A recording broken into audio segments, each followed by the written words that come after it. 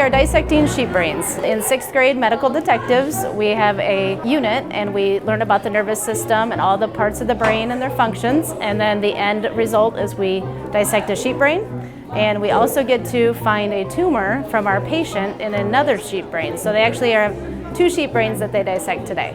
We're starting off with labeling the parts of the brain. What do you think of this project? It's starting off pretty fun. They love it. They say it stinks and it's nasty, but they still enjoy it. I like that we can discover things. It feels kind of weird, but it's fun at the same time. There's all kinds of opportunities at the Waterloo Career Center that our kids can take from here. We do a lab in here where they take vital signs and learn about diseases and illnesses. So that gives them a little bit of an opportunity to do what they might do at a CNA class.